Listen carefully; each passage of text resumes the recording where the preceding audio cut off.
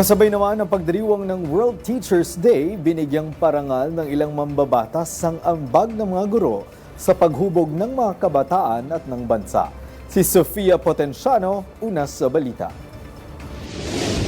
Taus-pusong pasasalamat ni House Speaker Faustino Bogie III sa mga guro sa kanilang walang sawang serbisyo at sakripisyo. Ayon kay Speaker D, nananatiling matatag ang dedikasyon at pagmamahal ng mga guro sa kabila ng mga hamong kanilang hinaharap, gaya na lang ng kakulangan sa pasilidad at bigat ng workload. Tiniyak din ng leader ng Kamara na patuloy ang suporta ng Kongreso para isulong ang mga panukalang magpapataas ng antas ng pamumuhay ng mga guro. Kabilang narito ang mas maayos na benepisyo, mas mataas na sahod at mas maraming oportunidad para sa kanilang professional development.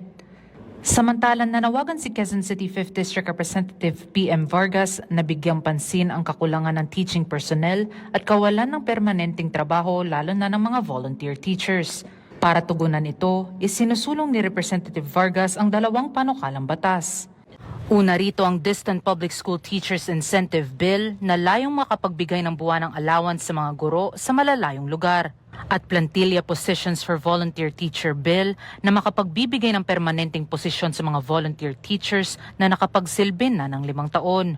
Tinututukan din ng mga panukalang ito ang pagpapabuti sa student-teacher ratio at pagtitiyak na ang matagal nang naglilingkod na guro ay may sigurong trabaho at maayos na kinabukasan. Nauuna sa mga balitang totoo at laging bago. Sofia Potenciano, Alauna sa Balita, Congress TV.